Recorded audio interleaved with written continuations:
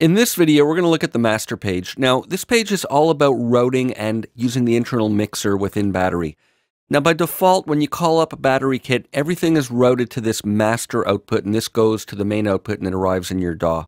Now, of course, we can use multiple outputs in the DAW, and I'll show you that in a moment. But to start with, let's talk about internal routing.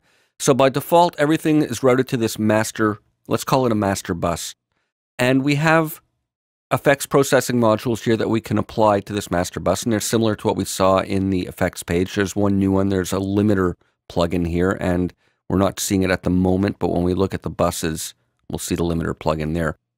So there's this master bus, and we can apply any or all of these processes or effects processing to the master bus. Now, alternatively, what we can do is we can route the outputs of any of these cells to buses. We have up to 4 buses. And we can have unique processing on each of these buses. Now, these buses can then in turn be routed to the master. So let's say I have a complex part and I want to route all my kicks to bus 1 and then add some compression to them. Let's say I want to have all my snares going to bus 2 and then add some EQ on them. Have all my hi-hats and shakers going to bus 3 and maybe put some saturation on them. It's a way of subgrouping your effects processing within Battry. But by default, everything is routed to the master out. So the way we route things to the buses is simple. We basically drag and drop a cell or multiple cells. So for example, let's say I'm going to select bus 1 and I'm going to drag and drop this over to bus 1. So now this is routed to bus 1, and when you click on a bus, it's going to light up any cells that are routed to it. So right now nothing is being lit up, but when we go to bus 1, that one becomes lit up because that's routed to bus 1. So that's a simple version of that. Now, in addition to these effects processes that we have that are either master bus based or individually bus based, we also have a global pair of effects, the reverb module and the delay module. So again, just to recap here, we have these effects processors that are uniquely available for unique settings for each of the 4 buses and for the master bus. And in addition, we have reverb and delay that are global. And we send to the reverb and delay, as you'll recall from the main page, we have sends here to send to the delay and the reverb. Now I'm going to play this little groove that I have done up. It's a fairly simple groove, and I have a default pink bikini kit loaded in here. And I'm only using 3 sounds, but they all have some reverb send. I'm using that sound, I'm using this sound, and I'm using, I think it's one of the hi-hat sounds, but they're all sending to some reverb. This one.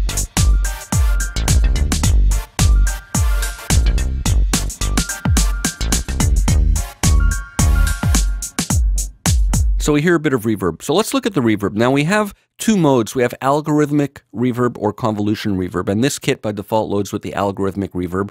And we have normal controls that we're used to seeing here. The size of the space that we're emulating, how much pre-delay before the reverb kicks in, color, the shape of it, how much dampening of the high frequencies we want, the stereo imaging, and the return, which is like the dry-wet balance. So I can have more or less reverb with this. And of course, I can adjust the individual sends from each of these on their main page and send more or less. Now, in addition, we have convolution mode, and we get to it with this button over here. And what we do is click, hold in the middle here, and call up one of the impulse responses. Let's try this one.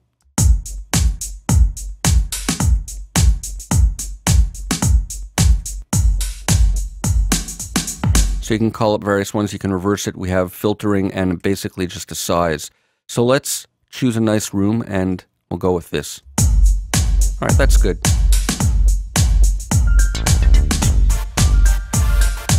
All right, so I want, let's say, less of this on the kick drum. So let me go here and I'm going to dial it off actually so the kick is dry. And let's go to the snare.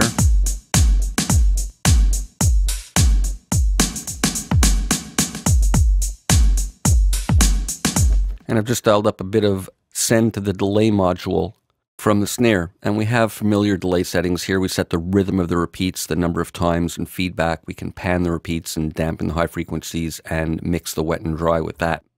So that's all nice. Now let's look at how parallel compression works in here. So I have this kick drum routed to bus 1. And let's say I'm going to enable this compressor for bus 1. And right now it's just a regular compressor and I can compress it.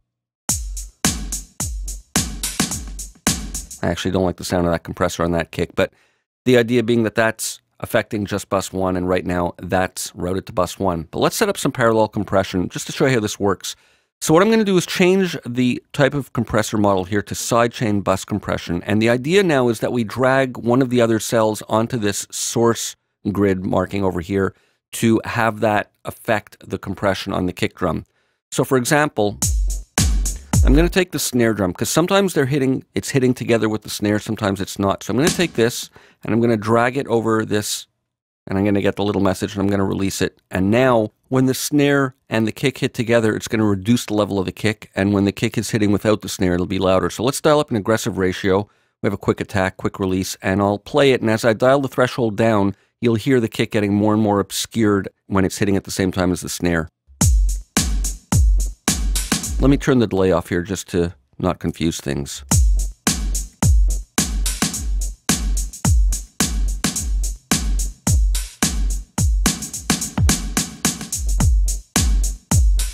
So you hear when I dial it how the kick is really muted or ducked when the snare is hitting. That's the basis of sidechain compression. I'm going to turn it off for now.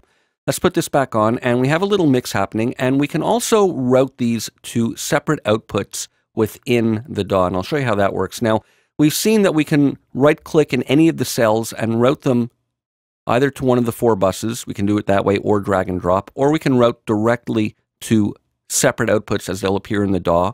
And what we can also do is route, when we click in the bottom here, right-click in the bottom, we can route the output of the buses, again, either to this master bus or to these direct outputs. So let's look at how that works. I'm going to start by calling up the multi-timbral instance in my DAW.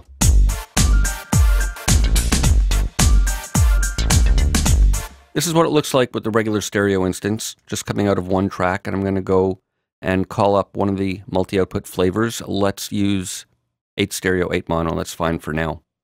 So what I'll do now is hit the plus button there. So let's hide that for a moment, and hit the plus button, and I'll create 2 sub-outputs. So this is now going to battery output 3, 4, and this one is going to be going to battery output 5, 6, and I'll do one more for the hi-hat, 7, 8, and let's bring them all down a little bit just so they're not too loud.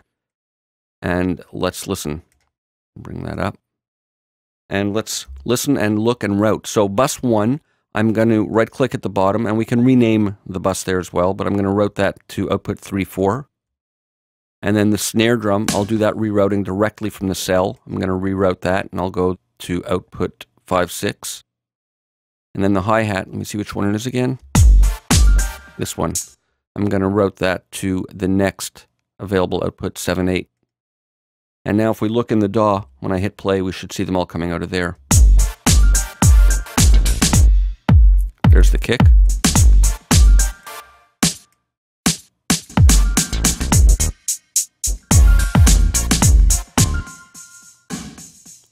And we have the reverb from Battry coming out of there. Now in this kind of scenario, we probably wouldn't want to use the internal reverb, and we'd probably want to use the effects in the DAW. That's the whole purpose of routing to these discrete outputs, but that's how it's done. So that's a little overview of the master page, how to set up parallel compression, and how to use the direct outputs. See you for more in the next video.